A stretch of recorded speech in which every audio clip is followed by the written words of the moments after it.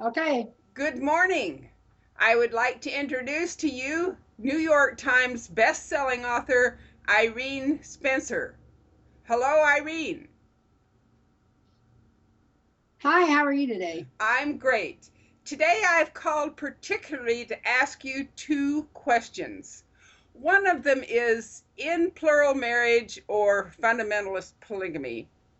If you're raised in polygamy and you decide as a woman that you don't want to be a polygamist and live polygamy, what were you taught? What were the scriptural consequences of that?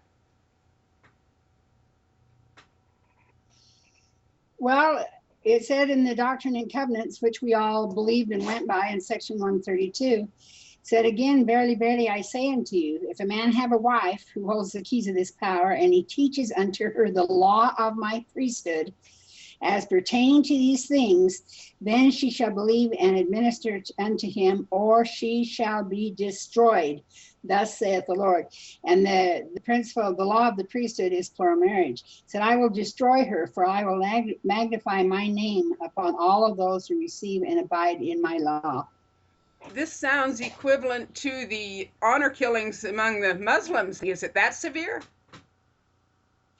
Well, according to Mormonism, it's just said that you'll absolutely be destroyed. It said that you were actually better off if you'd never heard the principles of the gospel than those that had heard it and did not obey. I remember when I was about 12 that I had a girlfriend that was Catholic, and I used to wish that I was Catholic because I felt like that now that I knew about it all, I was going to be held accountable and go to hell if I didn't live it. That sounds a little coercive, doesn't it? I would say, according to Joseph Smith, he actually said an angel Lord came with his sword and drew a sword and told him that he and all his people would be destroyed if they did not live plural marriage. They had no choice. It's a matter of life and death, actually. A matter of life and death. Lisa Ling just did a big TV thing on Our America, and it was filmed down in Centennial Park. And in Centennial Park, the women were promoting polygamy and saying that they were choosing their own husbands and they were basically leading the banner for plural marriage. Can you explain why you think that might happen? Why they might, well, they're trying to legalize it. But I saw that. I saw the whole program on it. And didn't look to me like there was too much happiness there. The woman was getting ready to go back to her husband. And the first wife had blown up at her because she used a loaf of bread to make sandwiches with. And I think that's pretty harsh to have to get out of plural marriage because you made some sandwiches out of bread, something so cheap. What happens if the women don't promote plural marriage, or why are they promoting it? Well, I think they're promoting it because they want to legalize it and make it so that it's not considered a crime anymore, because plural marriage has always been a crime and will be unless the laws are changed. And I think they're trying to get the laws changed. Are they promoting it because they really want to have more plural wives and they think it's good? Oh, they actually believe it. They believe it with all their hearts. They believe if they don't, that they won't get their glory and they won't become gods. And so, of course, they're going to give their lives for it. So if they believe that even, no matter how miserable or unhappy or painful it is, they have to endure that. I'm just reading this morning somewhere where Brigham Young said that we should lay our lives, though, like sacrificial lambs on the altar, and do whatever the brethren say to do and to live these laws regardless of how our feelings are about it. That's informative. I'd like to ask you one more question.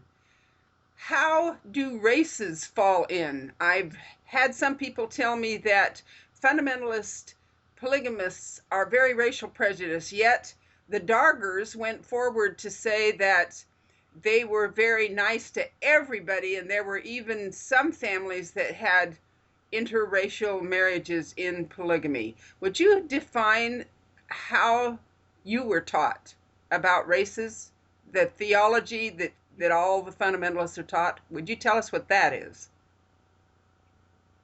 We're taught that you cannot marry a black. It said that Brigham Young taught that if you married a black, that you should have a dagger put through both of you. And also, if a child was conceived by a black person, that child should be put to death also. Brigham Young said that God himself segregated everybody. He puts the Africans in Africa, he puts the Chinese in China, and anyway, the different ones in their places, and he actually segregated them and wanted them to marry within their own people and not marry into the forbidden race. And the forbidden race was Cain, who were the blacks, and they were told that anyway, they would even lose their lives if they married into it. And I disagree with whoever said there was interracial marriages. I think he said the Darger said that. Yes. I've never known of any blacks that have married.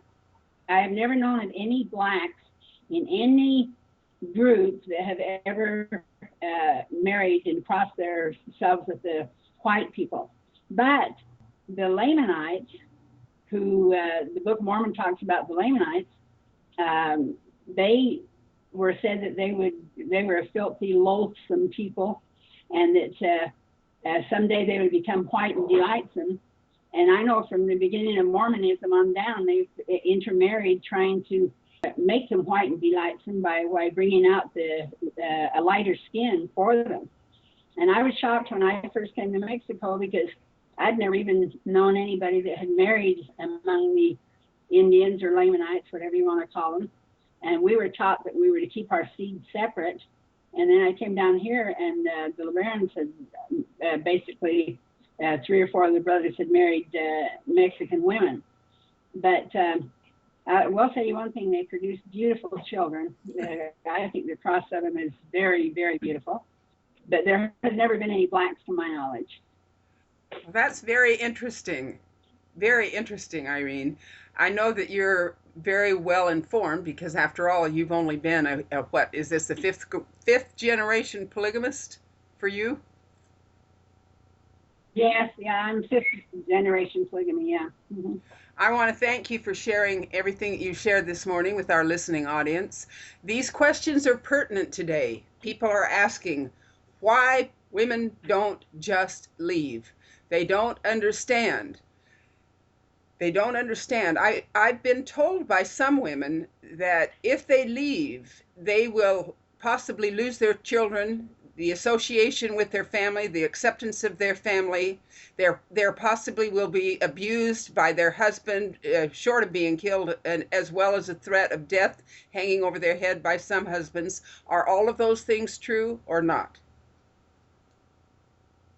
As a child, I grew up and it was a known fact that the children belonged to the man. If a woman wanted to leave, there was the door and she could go out anytime she wanted. But the children belonged to the man and his kingdom, and you had no right to take your children away. And I know women that have been taken and put in, they've lost their minds or having their children being taken away, or they've been put aside, and their husband said that they were crazy and then took their kids legally. Been a hard thing, and there have been women over the past that have been blood atoned in several religions, and all different fundamentalists. You say that in several religions or several different fundamentalist groups? Fundamentalist groups. Okay, thank you for clarifying that point. We want to thank you tremendously for your knowledge and your wisdom, and keep selling those books, Irene. We're very proud of you. Thank you, Irene Spencer. Thank you, Becky.